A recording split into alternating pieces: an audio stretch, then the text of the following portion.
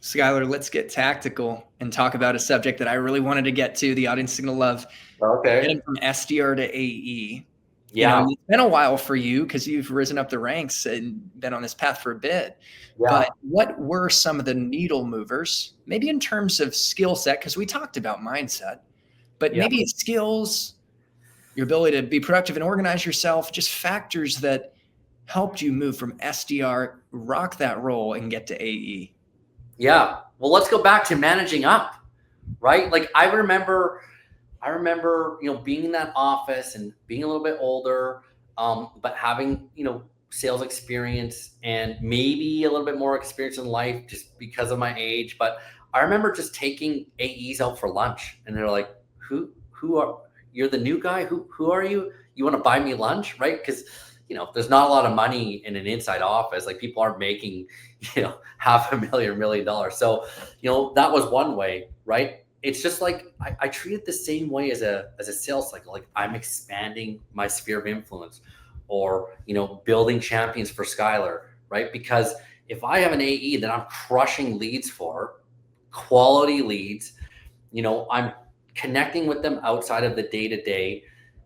When the opportunity arises for me to be considered to move into an AE, and I need a reference, right? There's a champion, again, related to a sales cycle. You know, that's one tactic. Another is just pure work ethic. Like I've never been the smartest person in the room. I don't intend to be, but I just know that I will outwork you, or you know, I will outwork the process. Like I remember specifically being in the office. Like we started early because I was in Pacific time and I in Eastern time patch. So like I would get to the office by 6, an hour early, had to be there by 7. I remember one night I was having such a great day. I think I piped like 10 ops, like, and the qualifications were very high at this organization. And my leader happened to be in there because he also had a strong work ethic. And it was 7 p.m. So I've been there for 12 hours, but I was done my calls, but I hadn't entered everything into SFDC, right? I hadn't piped all my opportunities yet. And he literally like looked over the desk. He's like, Skylar, go home. And I'm just like, Jeremy, I can't. That's not my DNA. I will go home. I'm going to pipe this last opportunity because tomorrow morning, when I show up and you run the dashboards and I run the dashboards and the whole team sees, like, I want to be number one. So, just winning is super important to me.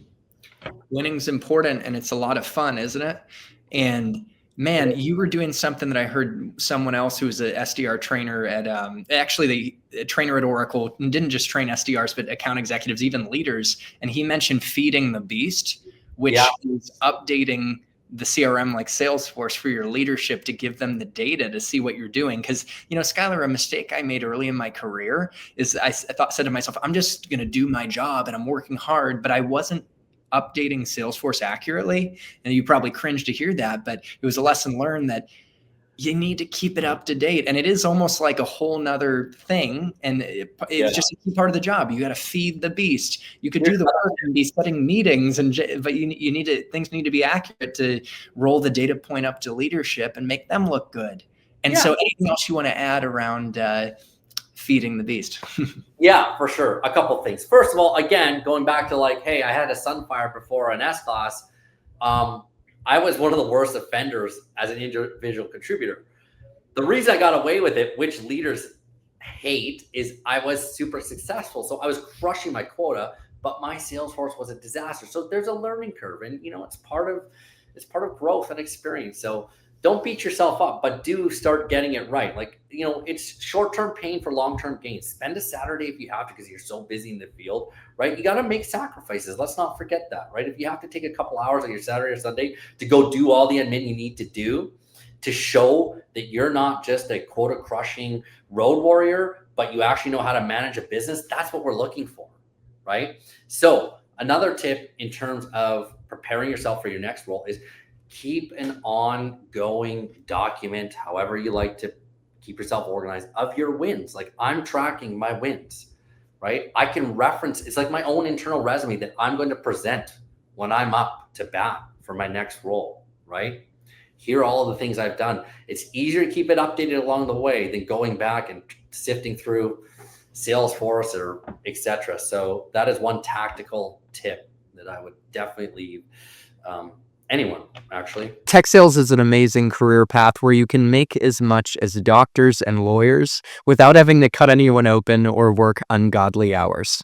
Looking back 10 years later, having personally started out in tech sales at Oracle, then moved to Google Cloud and a startup, and now fully launching into entrepreneurship, I can say with confidence that tech sales transformed my life through the income that it produced, the skill development, the connections, and the self-development that I unlocked along the journey. If you're someone who wants to strategically build your own six-figure tech sales career without wasting valuable time and earnings potential, then consider Tech Sales Accelerator and our 12-week programs as your blueprint. Our partners are breaking in and crushing quota at top companies like Oracle, Google Cloud, VMware, and Salesforce, leveraging our in-depth video content, one-on-one coaching, community, and network access. And we'd love to partner with you too to accelerate your own success on this path. If you'd like to learn more about Tech Sales Accelerator and our programs, then feel welcome to book time at my Calendly link, linked in the description of this video, and we'll walk you through all the details. Or just download my free cold calling system that's going to help you crush the phones quickly, also linked in the description of this video. All right, let's get back to the episode. Yeah, that's a great tip, to collect your wins and be ready to, celebrate that with your future boss, to be able to pull out the right stories as proof points that you have what it takes in interviews. That is a pro move, Skylar, and too many people, even seasoned sellers in their career, haven't been taking the time to do that. So thank you for that reminder. And from a productivity perspective, because let's be real, like, productivity is important. You need to be able to execute. What you talked about in terms of habits and cultivating our well-being, that generates more energy, which actually does make us more productive. So we already kind of talked about that. Other thoughts I have are being able to coil the spring. And I'm stealing that from a guy, Connor Murray, in our space, that I like that. Does some good content, but preparing beyond the 9 to 5 pay line. Let's just say, like, you might start your day sooner, which you did. But imagine like 9 a.m. to 5 p.m. pay line. You want to be customer facing in any sales role, reaching out, engaging, having conversations that can lead to opportunities and revenue.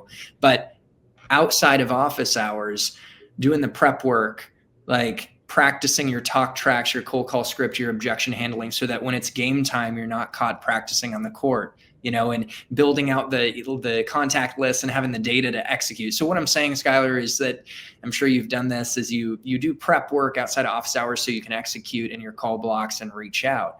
And also, you made a great comment about Salesforce, like spend a little time on the weekend, so you're not spending your game time, like high value time that could be customer facing, on that. Is there anything else you want to add, though, either on that thread or just productivity in general, that helped you win as an individual contributor? Certainly. And again, I'll just repeat, I'm not the first person to say this, of course, but the things that I've learned along the way is also going back to, there's many ways of saying this, but like today, not tomorrow, or what I can do now within 90 seconds, like do it. Yeah. Don't push it off, right? If I need to schedule that one-on-one, or I need to send that email, or, I need to create that quote, if you're an individual contributor, right?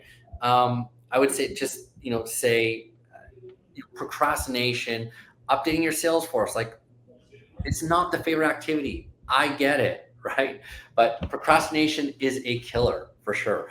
The other thing is, if your role allows for, like, even if you're an SDR, I am a massive proponent of getting face-to-face, right? So yeah, is an SDR or BDR going to be able to book a flight to go get in front of a customer? Unlikely. But what you can do is figure out and prepare for your next role. Figure out who's in your local geography. Like, are you a 100% channel company? Go start taking it upon yourself to go meet with local partners, even though you're not an IC, to say, hey, wanted to reach out. I work for so-and-so, right? I understand we're channel partners. I'm gearing up for my next role. I just want to get an idea of, how your business operates and how I can, be of service in the future. So, and same thing for, internally, find people that live in your city. I'm just constantly looking to have conversations. And, when you talk about preparing for talk tracks, etc., like I don't spend a lot of time, I guess outside of my actual activities preparing, because I live it. Does that make sense? Like I'm doing it day to day, right? That is my preparation. I'm throwing myself in there, Mm. in real time.